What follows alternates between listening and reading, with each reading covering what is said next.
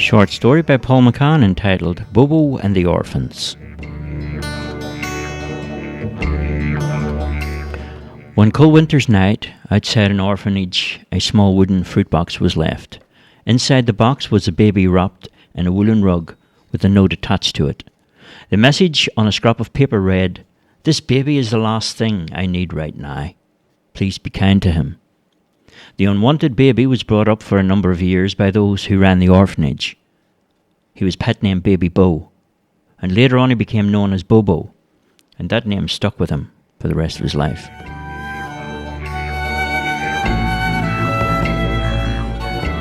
When Bobo was about 10 years old, he was given a job in a local primary school. All day long he shoveled coal into the large burners that kept the school warm. During some of the free periods, a couple of the teachers tried to give Bobo an education.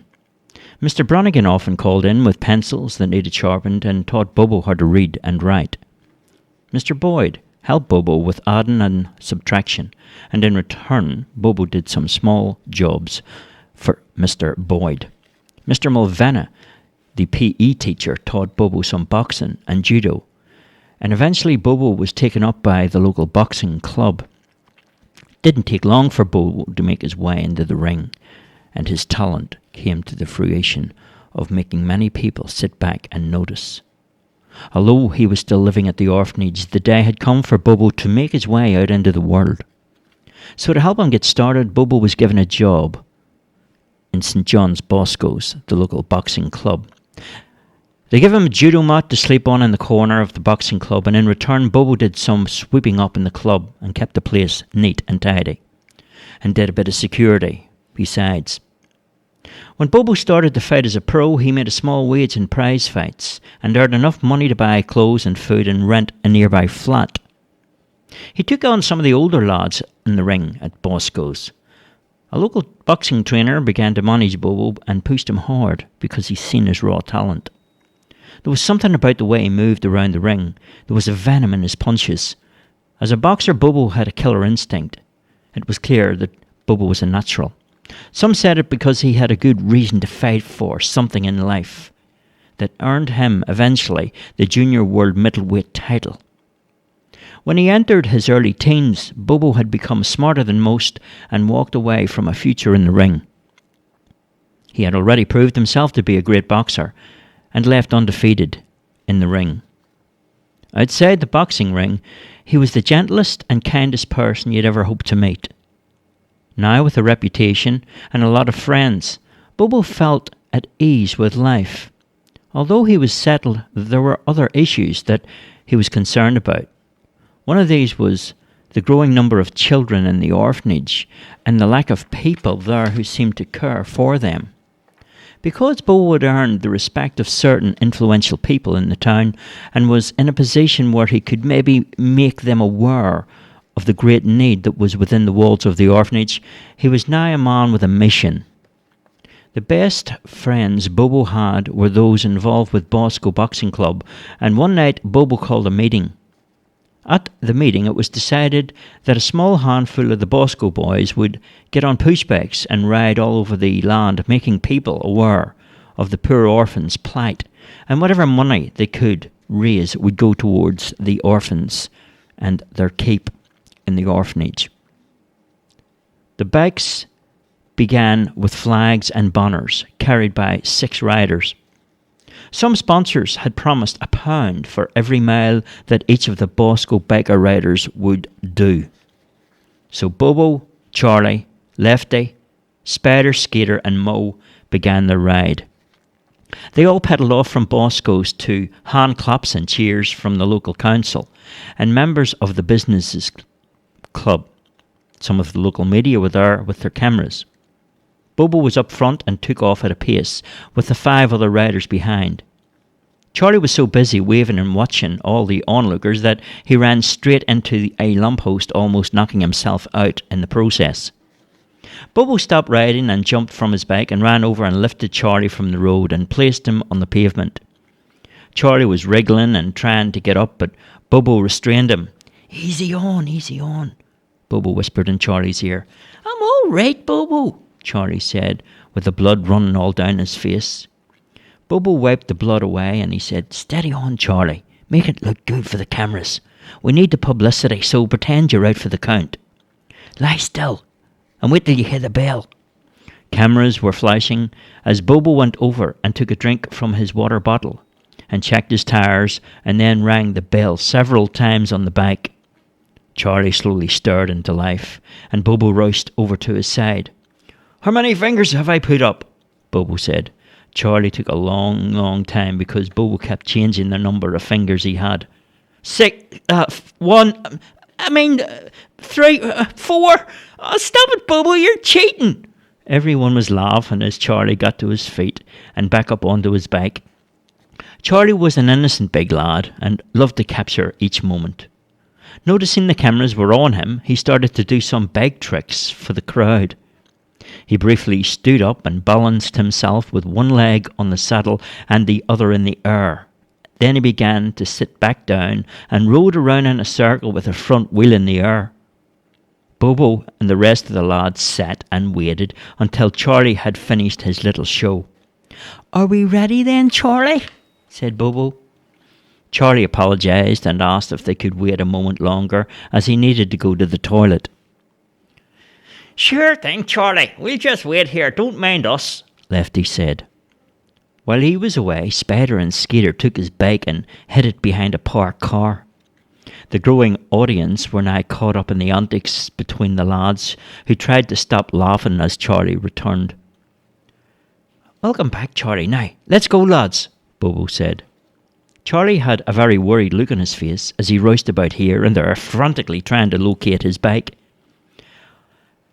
"Hurry up, Charlie. It's getting dark, and we have 100 miles to go," Lefty said. "My bloody bike's gone! Where's my bloody bike?" Charlie screamed. "What are you talking about?" Bobo said.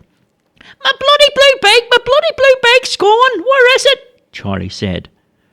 "Then you'll just have to stay home, Charlie," said Bobo. Behind Charlie's back, Spider and Skeeter quietly returned Charlie's bike.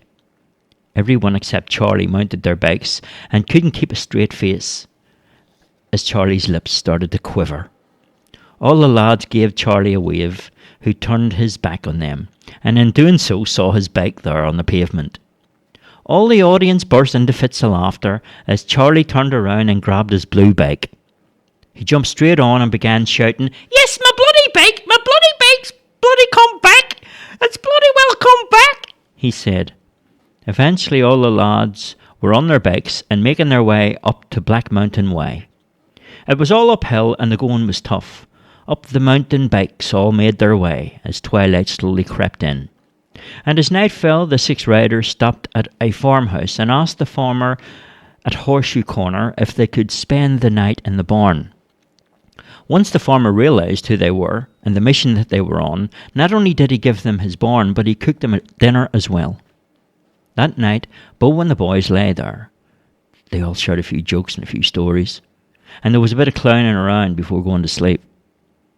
Charlie did some shadow boxing in the corner, and as always was far too heavy with a snap left cross, much too close to the wall, which resulted in a large hole in the barn wall. Bobo wasn't happy with Charlie. "Well, that's just great. Instead of boxing your shadow, you've gone and knocked it out. And just look, you've demolished the farmer's barn." Bobo inspected the hole and found there was another wall there behind the hole. The hole that Charlie had punched was just a boast wall. "Charlie, bring me a torch, will you?" Bobo said. Charlie said, "Torch, okay, Bobo, what colour do you want? Blue? I got a blue one, Lefty's got a yellow one, Spider's got a green one, Bobo." Bobo interrupted, "Just bring me one that works, Charlie." They all gathered around Bobo as he shone the torch down into the hole. "There's something down there. Here, hold my legs while I see if I can grab it." Bobo was half suspended in the air as he squeezed himself down inside the gap between the 2 walls. He pulled out a leather bag covered in dust. It looked as if the bag had been there a long time. Once the lads pulled him back out, he opened the bag. Inside it was a bundle of money and some small gold coins. Charlie started dancing around the barn. "We're rich, we're rich, we're rich!" Bobo stood, looking long and hard at Charlie, before shouting, "Right then, follow me!" With the bag tightly in his hand, Bobo led the way up to the farmhouse door, where he knocked loudly until it was opened by the old man, who looked half asleep and stunned. "What's the matter?" he said. "Can we come in?" Bobo said. "All right, I guess so." The farmer looked on as Bobo emptied the contents of the bag onto the floor. It was as quiet as a church, until Bobo broke the silence and said, "One of the lads was shaping up and when he threw a haymaker at his own shadow, he smashed a hole through the wall in your barn. But if he hadn't done so, we wouldn't have discovered what was behind it. This bag looks to me like it was stashed there by somebody. Now, it belongs to you, old man." The old farmer rushed away, and a short time later he returned, pushing a wheelchair with a woman who smiled and waved at the lads. "This is my wife, Ethel. I've just told her what you found," the farmer said. Bobo reached out his hand gently and said, "Pleased to meet you, Ethel." She replied in a soft but clear voice, "This farm has been in my family for 3 generations. There has always been a story about some treasure that was buried on the farm somewhere, but no one had ever been able to find it. The story goes that during the war my father had hid all his life savings somewhere on the property because he feared that it would be discovered and stolen by some of the soldiers from the enemy. We all thought it was just a story, because no one had ever found the money, that is, until now. It seems that you have brought back my father's treasure untouched. Let's have a drink." The old man went, and he brought over a bottle of Irish whiskey and placed 8 crystal glasses on the table. With a slow and steady hand, he poured a good measure into each glass, and lifting his glass, he proposed a toast to the 6 honest boxers who had returned the family's treasure. After counting out the money, a large slice was donated by the farmer and his wife to the orphans, and what was left over was more than enough to see the odd couple right through the fine years of their life. The next morning, the 6 bikers made their way back over the Black Mountain and on down through the glens.